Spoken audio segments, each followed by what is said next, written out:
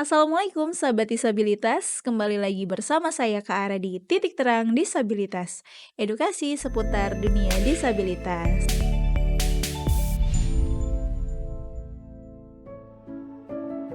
Kali ini saya masih bersama Kak Farida nih. Untuk kedepannya kami juga masih akan membahas beberapa mengenai tentang cerebral palsy, fisioterapi, seperti itu.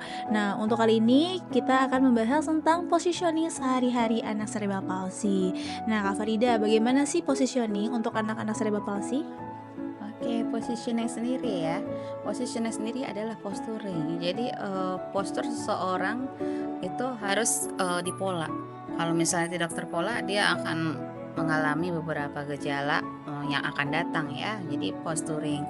Untuk anak-anak positioning ini sangat penting karena, membantu mereka untuk mobilitas juga lebih baik, kemudian mereka bisa, teratur dan sistematik dalam mengerjakan sesuatu. Kalau positioningnya baik, itu sebagai contoh seperti ini. Ketika anak positioning makan kondisi di lantai dengan kondisi di kursi dengan meja, itu pasti akan sangat berpengaruh. Pengaruhnya banyak sekali ya. Seperti kalau dia di lantai, jarak dari mulut ke piring di lantai itu akan jauh. Jadi semua makanan tumpah ke kiri kanan. Tapi kalau misalkan kita kasih meja atau kursi ya, pasti makan akan lebih dekat dan lebih mudah untuk mereka memasukkan ke dalam mulut. Itu salah satu positioning. Saya ada punya contoh gambar untuk positioning lainnya. Ini contoh positioning yang salah dan benar ya Kak Farida? Iya, jadi di sini ada anak dibandingkan dengan tiduran seperti itu, lebih baik didudukan. Kenapa? Kalau misalnya dalam waktu 24 jam, kita sendirilah, jangan anak misalnya ketiduran aja, nggak duduk, nggak berdiri, apa yang dirasakan? Pasti semua badan akan terasa sakit ya. Heeh. Tapi kalau misalnya anak diberikan positioning duduk seperti itu, akan lebih memfasilitasi tulang belakang serta sendi-sendinya lebih baik. Kayak seperti ini didudukan di atas kursi, tapi kakinya tidak menapak yang gambar kedua. Misalnya fasilitasnya gimana? Caranya bisa kita tambahin kotak di bawah kaki atau apapun. Jadi kakinya Jadi tumpuan ya? jadi tumpuan untuk tidak mengambang seperti itu. Atau lebih baik jika memang tidak mau lama-lama duduk seperti itu, kita baringkan di kasur dengan posisi sanggahan yang banyak seperti itu.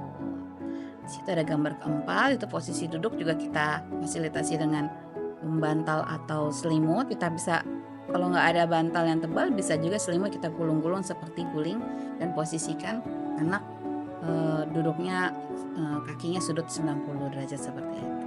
Oke, Gambar berarti yang ini keempat, ini contoh yang sebelah kanan saya yang itu kurang yang baik kurang baik, kemudian yang sebelah sini yang sudah yang diperbaiki. yang sudah Ya, diperbaiki. Oke. coba lihat gambar yang keempat Kara. Yang keempat. Ya, tadi kan ada gambar yang keempat tuh ya. Oh, anak yang lagi duduk di kursi roda. Kalau ya. menurut Kara gimana itu?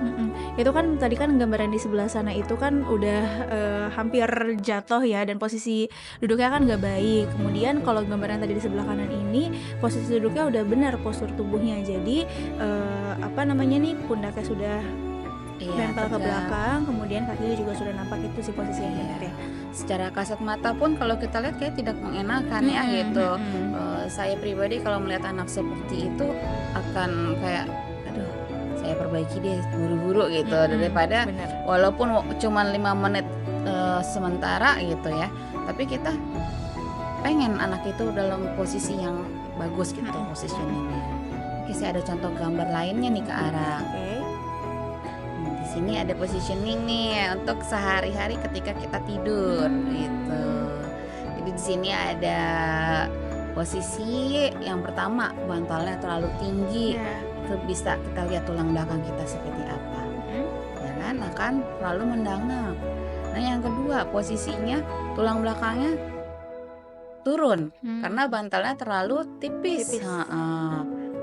Itu tidak baik juga. Lebih baik kita kasih posisi yang ketiga. Jadi bantal tidak terlalu tinggi dan bantal tidak terlalu rendah.